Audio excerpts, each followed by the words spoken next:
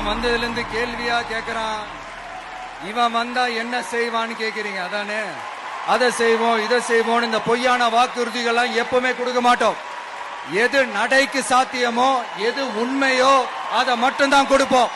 ஏழ்மை வறுமை இல்லாத தமிழகம், குடும்ப ஆதிக்கம் இல்லாத தமிழகம், ஊழல் இல்லாத தமிழகம், உண்மையான மக்களாட்சி, மனசாட்சி உள்ள மக்களாட்சி.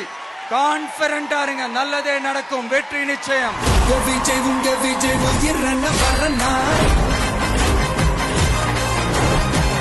விஜய் உங்க விஜய் எளியவன் கொரனா,